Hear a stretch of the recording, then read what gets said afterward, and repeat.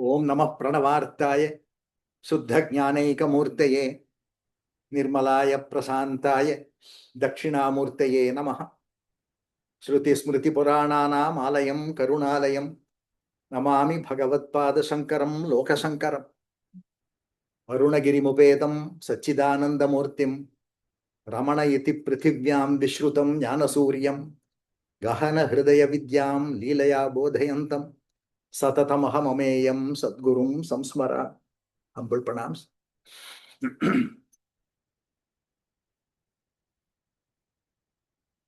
In Atma Bodham, we stopped at a place where Shankara says Atman does not do anything. He is Akarta. It is the Jiva who believes that he is a doer. And those who believe that they are the doers, they will be the enjoyers also. They will be the sufferers also. So unless, if you want to really give up suffering, you have to leave or give up this Kartrutva Bhavam.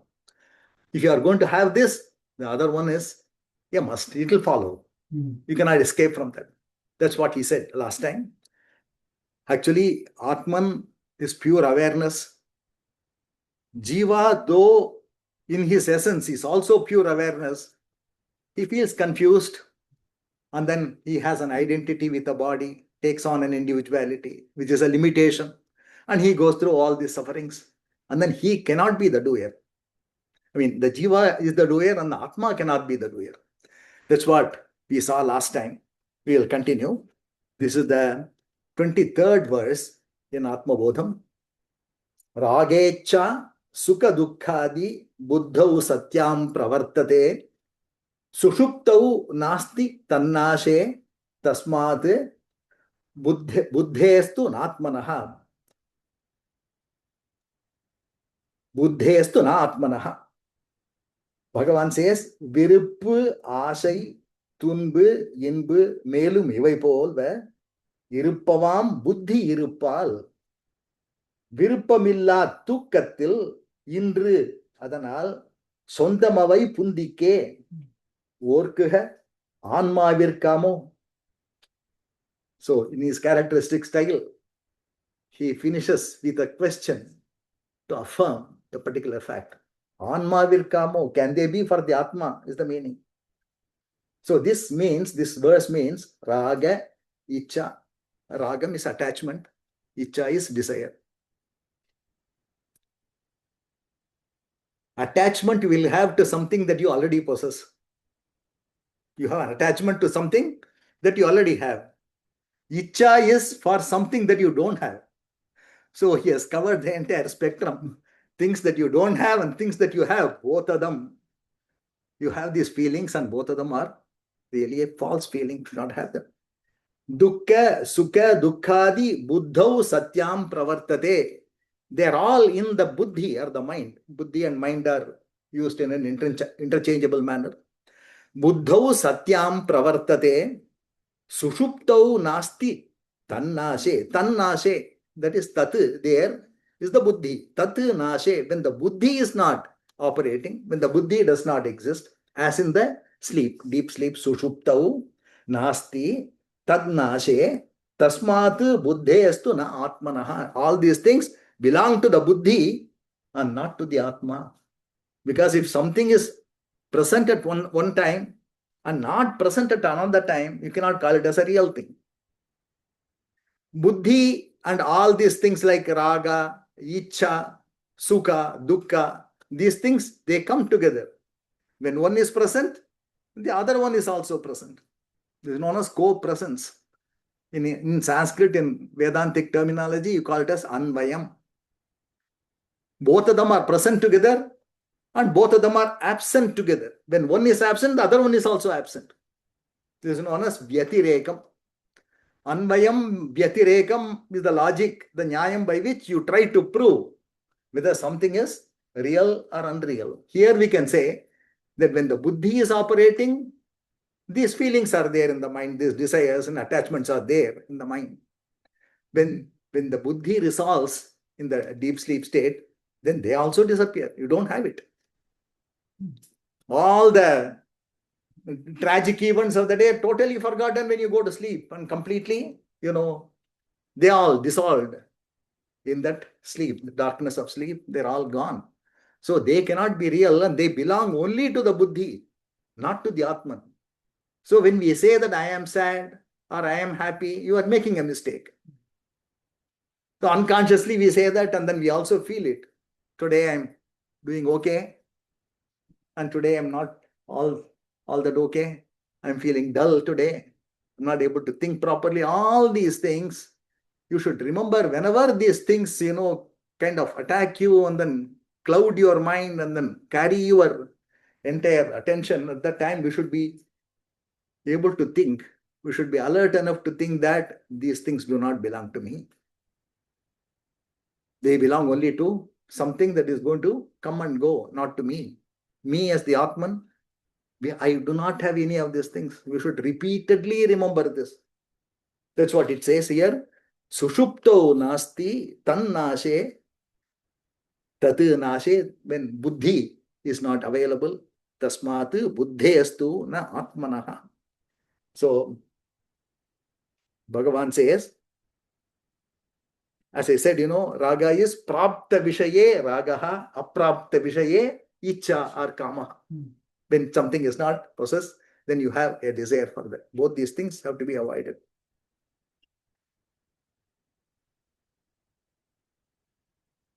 The mind causes attachment to the body and the sense objects, and it binds a man. It is the mind that binds you.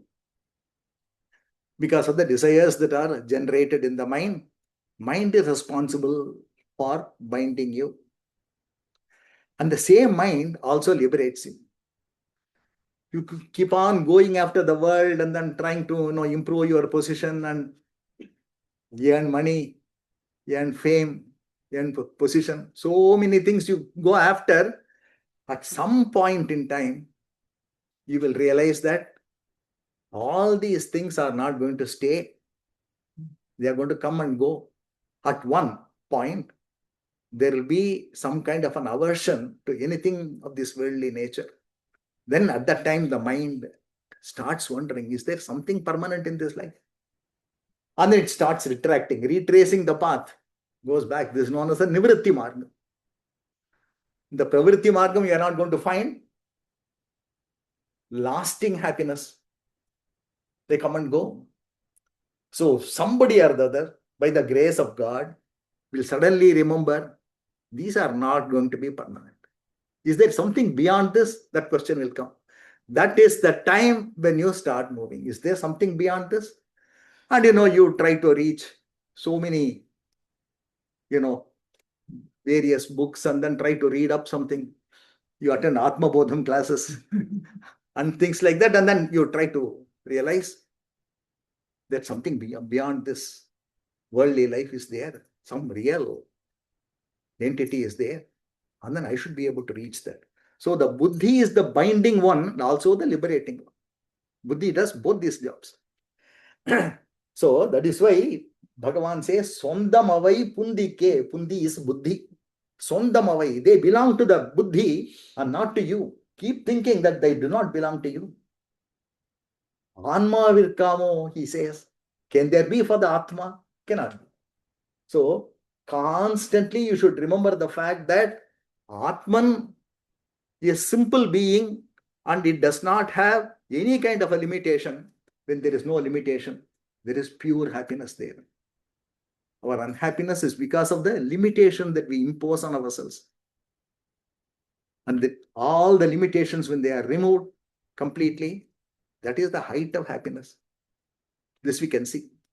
Whenever we do not feel limited to anything, we're not bound to anything, that is the biggest happiness, that is the highest happiness. So this is what you should remember all the time. In Viveka Chudamani, there is a beautiful verse. Ekatmake pare tattvam bhedavarta katam vaset. Sushupto sukamatrayam bhedaha kena avalokitaha. Has anybody seen any difference at the time of deep sleep? Because in deep sleep, there are no objects at all. Everything gets resolved into that state of beingness. When there are no objects, the mind, which is there only to see differences, the mind is also resolved. There cannot be any differences in deep sleep, and that is why there is happiness in deep sleep. The difference knowing mind does not exist in deep sleep. So there is nobody who is unhappy there. Everybody is happy because of that reason. That's why Adi Shankara in Viveka Chodamani says, Sushuptau Sukha Bhedaha Kena Avalokita. Can anybody see a difference in deep sleep? Not possible at all.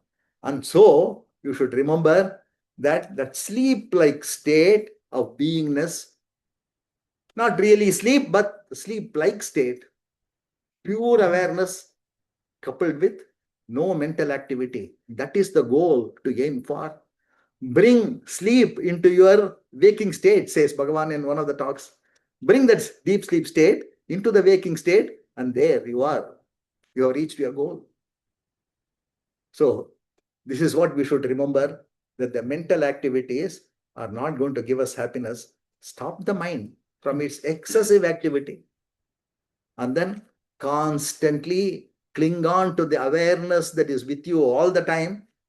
Awareness coupled with no thinking, the mindless state, the thought-free awareness, that is the real state. And that is what you should aim for. So that is the meaning of this verse, the 23rd verse. He continues with the Atma Lakshanam.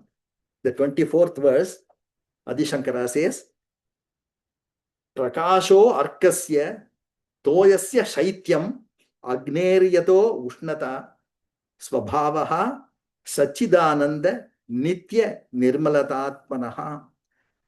He says, Adi Shankara says, the Lakshanam of the Atman, it is a Swabhavik Lakshana. It is there, inseparable from the Atman. Bhagavan says, Arukkan Tanakku Oli. Arkan is Aditya or Surya. Arukkan Tanakku Oli.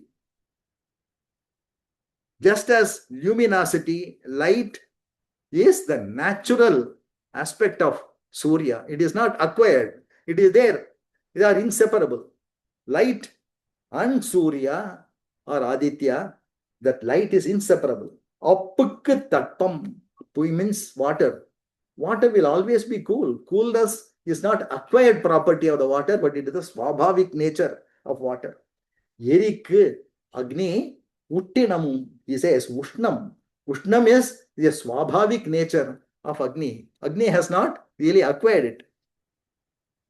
Iyalbai Irukkai Yena Satchitanandam Sar Nittam Suddham Iyalbu. Just like these things are natural to water, Agni, and also Surya, for the Atman, what is natural to it, which is not separable from this Atman, with the Swabhavik nature, that one is Satchidanandam. It is pure existence, pure consciousness, and pure bliss. This is all inseparable from Atman, and it is the natural state of the Atman. So this is what you should realize. It is natural to it. Something that is acquired will go. Whatever you acquire at one time will go at some other time. But what is not acquired will never leave you. So you have got to really realize this Atman, which has got all these qualities, are the natural qualities. Arukkan Tanakku Oli, Appukku Tatpam, Erikku Ushnamum, Yalba Irukke Ena, Satchitanandam Sar, Nittam, Suddham, Yalbu, Ottadu Anmavukku Endru Vor. It is Satchidanandam and also Nityam. All these characteristics are beyond time. They are not going to go away with time. They are going to be there all the time. Nityam, Nirmalata, that Shuddhatma. That's why we say it is Shuddhatma. Nirmalata, that blemishlessness. Nothing can really taint the Atman because it does not see anything other than itself. Only when there is something else joining with you, there is a chance of you getting polluted. But when there is nothing else at all, what can pollute the Atman? Atman is Shuddham all the time. And these are the natural qualities of Atman, and this is what you should remember all the time.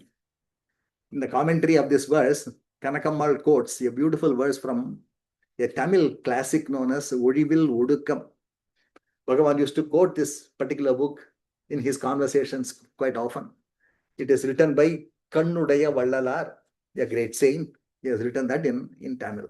Something very similar, except in the last sentence, there is a small twist. I will just read out that. Neerku padamum, padam is coolness. Neerku for the water, coolness is a natural aspect. Niruppu chudum tolilum, for the Agni, it is Ushnam. Kaatrai chalikavum yar karpittar. This Vayu keeps on moving all the time. It never is stable at any time. Yar karpittar. Who taught them all these things? They are not taught. They are not acquired. They are there with them all the time. Ar karpittar. Arkum idu poha. What will not go? He says, just like in this Anma Bodham verse, Bhagavan talks about the natural characteristics of Atman. Here it talks about the natural characteristic of the mind. And this poet says that this mind can never at any time stay in any one place. Pohadu. It will never leave you. Very disheartening. Whereas all of us are required to really stop the mind. So this poet is saying that mind will not stop. That is the natural thing. The mind is there, it will keep on moving from one place to other place. All over the world, we will do sancharam during our meditation only. Other times we are okay. Only during meditation, this world tour happens. This is a natural thing that happens to all the people. So he says, the mind will not stay. The characteristic of the mind is to keep on moving all the time. So he says, you should do, if you really want to really control the mind, you should look at it in a different manner. What he says is, Manadi, Manas and other, Buddhi and other things, Pudaik Nidal Polam, Ni Ahayam Pol Par Arum. This mind will tear off, will completely stop by doing this particular trick. For that, he gives an example. It seems there was somebody who was very frustrated with the fact that his shadow was following him wherever he went. He was quite frustrated with that, and then, he didn't want that to happen. So what he did was, one day he decided to bury the shadow. So he turned away from the sun, got his shadow in front of him on the ground, and he started digging. He wanted to bury the shadow. He started digging. And when the pit was deep enough, the shadow was falling into the into the pit. And then he thought, oh, this is the time to bury the shadow. And then he started pushing the earth back onto the pit. But as layer by layer of the earth was going on the pit, the shadow was also rising along with that. So finally he found that whatever he did, the shadow did not go. Mind is like that, she says. The poet says the mind is like this shadow. What is the characteristic of the mind and what is the characteristic of the shadow? Shadow is any obstruction of light we call as shadow. It is not an entity by itself. You are obstructing the light, and in the process, you are getting the shadow. And as long as you obstruct the light, shadow will be there. It's a natural thing. It's naturally going to happen. So if you want to get rid of shadow, then what you should do is turn away from the shadow and look at the light. Nothing else you can do. You just don't mind the shadow. And the mind actually, similar to the shadow, is obstruction of consciousness. Mind is something that obstructs consciousness. It obstructs consciousness and projects something unreal by obstructing the consciousness. If the mind is fully conscious, there will be no projection at all. It will be a samadhi state. So the mind, by obstructing consciousness, behaves like a shadow. So don't mind the mind. That's what this says. This verse says, just as the way you can meet the problem of shadow is by turning away from shadow. Don't confront the mind in your meditation. Then what do? Just keep the attention on the conscious aspect of yourself. There is a conscious presence that you have all the time. This conscious presence is something that does not leave you. Catch hold of this conscious presence. Bhagavan says, ego, the I thought, which is the mind, nothing but the mind, this I thought, has got two aspects. One is consciousness, which is the aham aspect of the ego. The other part is the idam aspect of the ego. This, I and this, I am this. And every one of the thoughts is of this nature, is a compound mixture. These two things have mixed up together. But the way to go about is separate out this shadow portion of this compound mixture. Catch hold of the light portion of this compound mixture. Manam tan oli uru ordale, he says. Upadesasar. Atmanas chitva darshan. Atmanas chitvam is a single word, of course, because of the chandas we split it. So the meaning goes haywire. But when you say the Atmanas chitvam is the light that is all the time present. Atma, one's own light. One has a light. One carries a light all the time. And then concentrate on that light. This conscious presence. Move away from the mind, the distracting thoughts. Don't give any credence to these thoughts. Don't give any attention to the mind. You starve the mind by not giving attention. Then the mind will fall down. As long as you attend to the mind, to the thoughts, you can never conquer the mind. This is the abhyasam that in Bhagavad Gita, Lord Krishna is talking about. Asamshayam mahabaho mano gurnigraham chalam abhyasena tu kaunteya vairagyena cha grihyate. This vairagyam is turning away from the mind and all the objects of the mind, turning away and looking at that light, the light of consciousness. This is the way to do that. Don't worry about the mind. Don't pay attention to the mind. Don't fight with the mind. So I want to control the mind, you will not be able to control them. But paying attention to this conscious aspect, you will be able to see that mind's ability to bother you keeps on going lower and lower and lower. At one point in time, you will be able to easily catch hold of this I aspect alone and stay with it. So, in the Kannudaya Vallalar's, this particular Odivil Udukam verse talks about mind has got this habit. And what it says is, instead of staying with the mind, keep a distance from the mind. It says, the last sentence is, Agayam pol par. Raise yourself to the level of the sky. Be the sky. And look at all these things. They will all be looking very insignificant. The mind will not bother you when you are at that distance. Keep the distance from the mind and the thoughts. Don't pay any attention. Don't pay any kind of value. Don't attach any value to whatever happens. Don't attach value to not just ordinary my thoughts, but also thoughts that are very pleasurable in nature. They bind you. When you are able to get attached to the pleasurable thoughts, you will naturally feel attached to the painful thoughts also. Both these things come together. Start from detaching from the pleasurable thoughts, the happy thoughts, and say that this happiness is for the mind, not for me. Can we say that? That's the trick. When you are able to do that when there are happy occasions, then you will be able to manage the sad occasions. So start with that. And it is easy to do it in the happy occasion compared to your ability to do it in the sad occasions. So look away from the mind, look beyond the mind, and don't get attached to the mind and get carried away by it. Once you get attached to one thought, It will pull all your attention, and then from there it keeps on moving to various other thoughts, and your amygdala is totally hijacked. Your mind gets totally hijacked, and you will not be able to really concentrate on anything.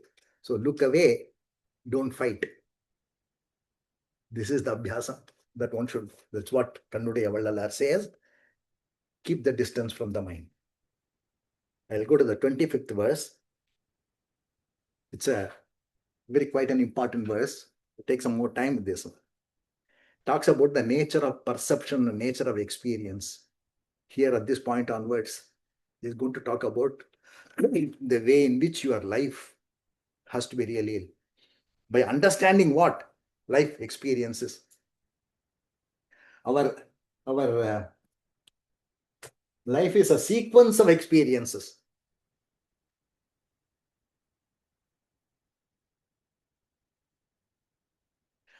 Nothing but a compendium of experiences is what we call as our life. What is this experience? Is trying to explain what this experience is. What is the meaning? How does it happen? And the most important experience is perception. Look at something and try to understand what it is. Most of our life is this perception. Perception of an event, perception of a sight, perception of an object. So normally, most of the time, we will be perceiving. So here, in this verse, he is talking about the experience called as perception. He says, Atmanaha Satchidamsascha Buddher Vrittihi iti dvayam Samyojya cha avivekena janamiti pravartate. He says, janami means I know this. That's the experience. That's a perception. How does this feeling, janami, I know, happens? We have this feeling all through our daily routine. I know this. I know this. Every object is familiar to me. This is what it is. So this janamiti, this particular feeling in some fashion or the other keeps on going in our daily routine. So that's why he's covering this. Atmanaha Satchidamsascha. Atma is of the nature of Sat and Chit. He has not included Ananda here because in perception, he is just talking about perception. Buddhehe vritti iti dvayam. There are two things. One is this conscious aspect of the Atma. The other one is the moving aspect in the mind. Buddhehe vrittihi iti dvayam. There are two separate things. Samyojya, they come together. Cha avivekena. These two things that are coming together, it is an indiscriminate kind of a blending. It is indiscriminate. It is an unholy wedding because one is constant, the other one keeps on moving. There is a constantly remaining aspect, getting married to something that keeps on moving all the time. And that's what happens. These two unnatural things, they come together. Bhagavan calls this as Chit Jada Granthi. These are not like thing. The Chit, consciousness, gets married to something that is Jadam. Buddhi is Jadam. For us, it looks very, animated, enlivening, only because of the fact that there's a consciousness that is illuminating it. We do not realize that. We think that Buddhi by itself is able to generate these thoughts. We are able to determine this is good, this is bad. And I can make a decision like I have to do this in this manner. All these things we feel that they are natural to us, forgetting that there is a conscious aspect. Consciousness has come together with this buddhi and then has given the light to it to move about, is animating it. So these two things, they come together. Avivekena, when these two things join together, we say janami, I know this. I will come back to this. Sat Chit Ennatthagum Anma Amshamum, Bhagavan's translation. Buddhi Vritti Puhal Ondrum, Otta Irandodu. They joined. Samyojya, he says, Otta Irandodu. Mudattal, Avivekena, Bhagavan translates this as because of your foolishness. Mudattal, Yan Arihindren. என்று ஒருத்தன் தொழில் படுவான். This is the way these two things join together, and then there is this feeling, நான் அறிகேன், நான் அறிகிறேன், நான் அறிவேன். Janami iti. You know, Dakshinamurti Stotram, all of you may note that Janami Sabdam occurs there, and then Shankara describes that in a slightly different manner. Nana Chidra Ghatodharasdita Maha Deepa Prabha Bhasmaram Jnanam Yasyatu Chakshuradikarana Dwara Bahispandate. He says, your body is like a ghatam, like a pot in which there is a light glowing, the light of consciousness. And this pot is punctured with a number of holes. There are a number of holes in this, and those are our indriyas. And this light, through the karanam, antahkaranam, it moves out through the holes. The holes are equivalent to this antahkaranam, all the indriyas. It moves out into the world. Bahispandate, he says. It falls out into the world. Janamiti tameva bhantam anubhat yatat samastam jagat. When this moves out, then you have the feeling Janami. So whatever he is saying in this Atma Bodham verse, he is mentioning the same thing in a slightly different manner.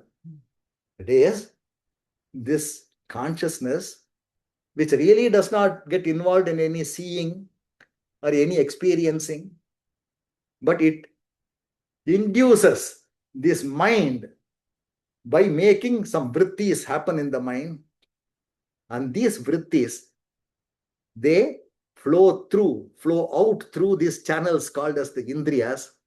They fall on the outside world, which rich imagery, very rich imagery. Somebody who is commenting on this verse, he says, the mind goes out to meet the world. The beautiful manner of mentioning this. Mind is flowing out to meet the world. Bahispandate. And then this feeling, Janami, comes. This experience, this perception, knowledge, how does one know? How do we know that we know something? What are the valid sources of knowledge? All these things are discussed in the ancient literature. Today, in the metaphysics, they all call us epistemology. Valid sources of knowledge. How do you call some knowledge as a valid knowledge? And our Shastras, our Nyaya, Vaiseshika, all this, darshanas, they talk about the knower who is called as a pramata. And the knowing instrument, which we call as the antahkaranam, knowing instrument. Unless these instruments are there, it will not be possible for us to really see what goes on, hear what's going on, or feel what's going on in the outside world, and so on. This is known as pramata, pramanam. The valid, the instruments of knowledge are known as pramanam. And the object of knowledge is known as prameyam. Pramata, pramanam, prameyam. And there is a lot of discussion about that. There was a great Advaitin by the name Dharmaraja Adhwarin. He lived in the 17th century. He has written a book known as Vedanta Paribhasha. I'm mentioning all this because all these people have done such monumental work and then presented it to us. This is the pride of the world today. Everybody is appreciating all these things have been discussed so many years back, so many hundreds of years back. They're all pillars of metaphysics, even today's Western physics, metaphysics, philosophy, and so on. So he has talked about all this perception. So he talks about things like how do this knowingness happens. How do you say that I know this? What happens at that time? He says these vrittis which are there in the mind, they flow out to an object and it covers the entire object, envelops the entire object. It is like water flowing out of a dam and then going and then submerging some object on the way. And the canals through which the water flows are the indriyas. In the same manner, the vrittis of the mind, they flow through these indriyas, these canals, and they go and then envelop an object that you are trying to see. When the mind envelops that object, then it removes the ignorance about that object. And when the ignorance about that object is removed by this action of the mind, enveloping it completely, then there is a flash of insight. And there you say, Janami, I know this. All these things are happening. So the final conclusion from all these things is that entire thing that goes on in the name of this experience of this perception, all these things happen through the vrittis. The mano vrittis, which are constantly moving about, they are the ones who are going to reach out to the external objects in the world, and they are going to transfer the knowledge about that object to you. That is the point on which you say, I know this particular thing. So janami iti, that particular thing happens in this manner.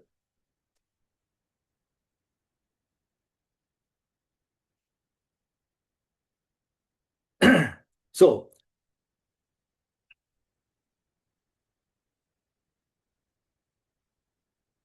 for Dakshinamurti Stotram, there is a commentary written by Sureshwaracharya that is known as Manasollasam. It's a very famous commentary. Dakshinamurti Stotram is considered to be such an important, it's such a short work, but such an important work that he chose to write. Sureshwaracharya is the direct disciple of Adi Shankara. He was previously Mandana Mishra. The Sureshwaracharya has written Manasollasam. And when he is talking about this verse, number of verses are there as commentaries for this verse, Nana Chidra Gatodarastita Mahadeepa Prabha Bhaswaram.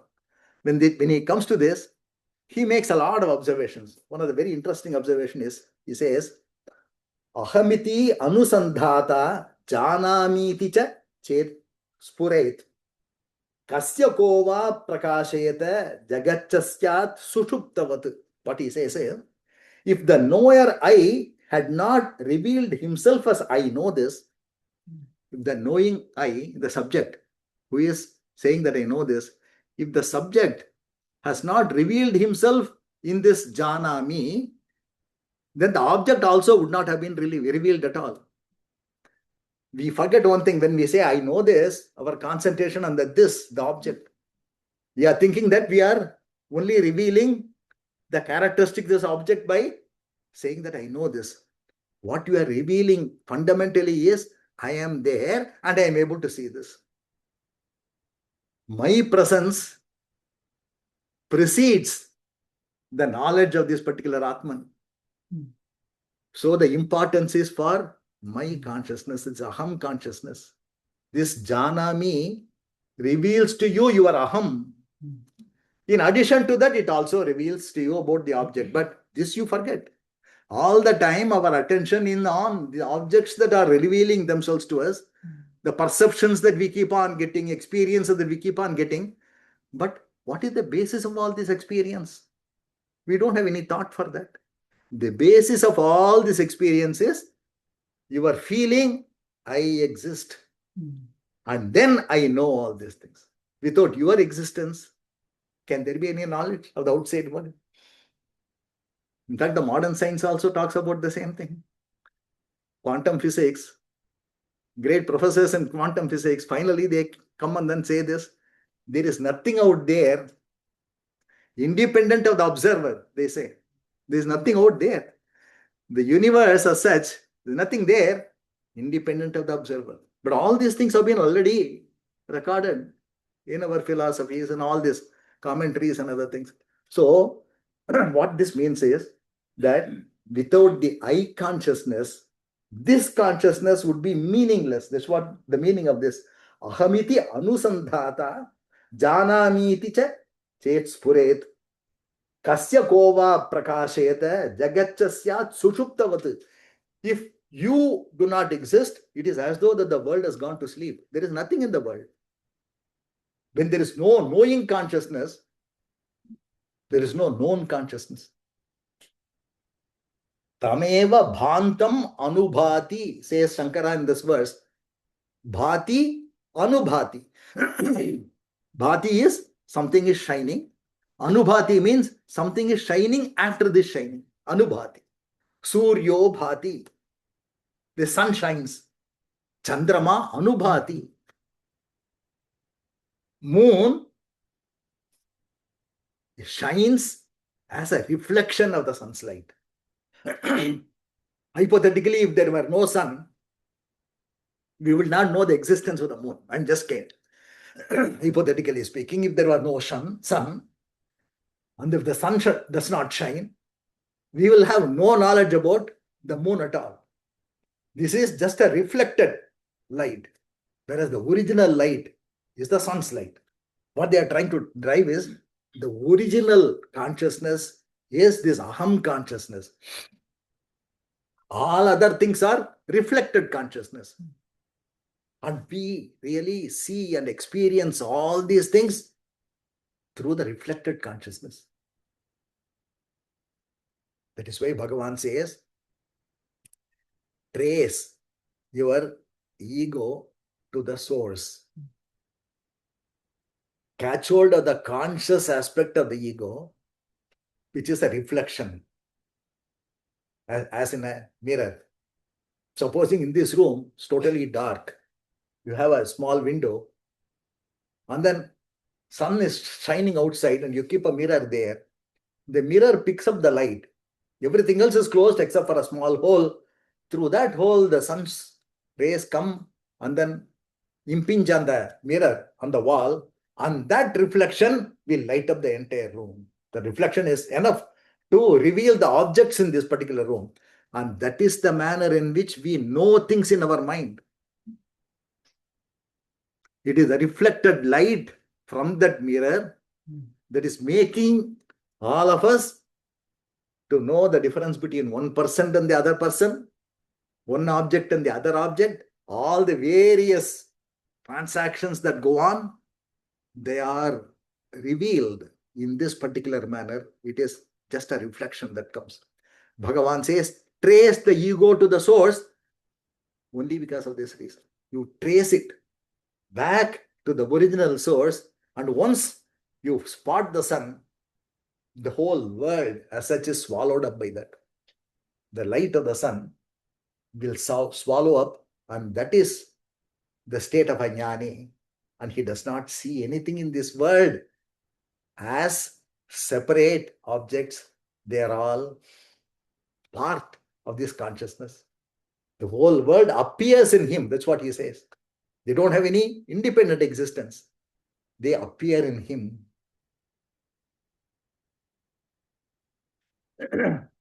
Quite a profound topic.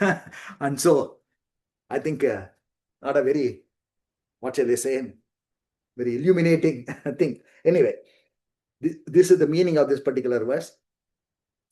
As I said, the quantum physics today says there is nothing out there independent of the observer. Observer becomes a part of the entire experiments on the quantum physics, because the observation makes a change in the behavior of the particles. The very observer, a conscious observer. The knowing consciousness were absent. There is no world to be seen. So consciousness is the adharam. I will read out a talk on this particular subject where Bhagavan has addressed this particular issue. There are many talks. I will pick up one short talk and then I will go through this talk. This talk is talk number 53. And there are other talks like 609 and 487. These talks are also on the same subject, a little longer ones, though I picked up a shorter one. Bhagavan says, the world is not external. The world is not external. The impressions cannot have an outer origin, he says. The impressions, that is all the emanations from the world, good, bad, and all this news that keeps on coming from the world, pain in the body, suffering in the mind, all these are all impressions. Bhagavan says, these impressions cannot have an outer origin because the world can be cognized only by consciousness. The world does not say it exists. He keeps on repeating it everywhere. The world does not say that it exists. You are the one who says the world is existing. It is your impression. Even then, this impression is not consistent and not unbroken. What he means by that is, whatever impressions are coming from the world, they are not consistent or unbroken. They are going to be broken during the deep sleep state. They are not going to be there. All the impressions, where do they disappear? In the sushupti. They all disappear. So these impressions are not consistent nor unbroken, he says. And so it exists not for a sleeping man. Therefore, the world is the sequence of the ego. This is important thing. The world is the sequence of the ego. We think that there is an independent reality there, and that's why all of our sufferings are there. Bhagavan says the world is a sequence of the ego. What Shankara says is anubhati, Bhagavan uses the word sequence. Reflection is a sequence of the original light. So the world, anubhati, and consciousness alone, bhati, that alone shines, and everything else shines after consciousness. Even in the Upanishads, we have so many vakyas. Tatra suryo bhati, and so on, all these things. Atman alone has that original source of light, and everything is just a reflection. We should remember that all the time, not get carried away. That is the reason why all this is mentioned. Find out the ego. This is a sequence of the ego, and so find out the ego. Finding its source is the final goal. He concludes with that. Finding the source of the ego is the final goal. So this particular verse that we have taken up actually covers so much of a profound kind of depths of philosophy and meaning. Atmanaha satchidamsascha buddher vritti iti dvayam samyojya cha avivekena janamiti pravartate. So with this, I will conclude today's talk.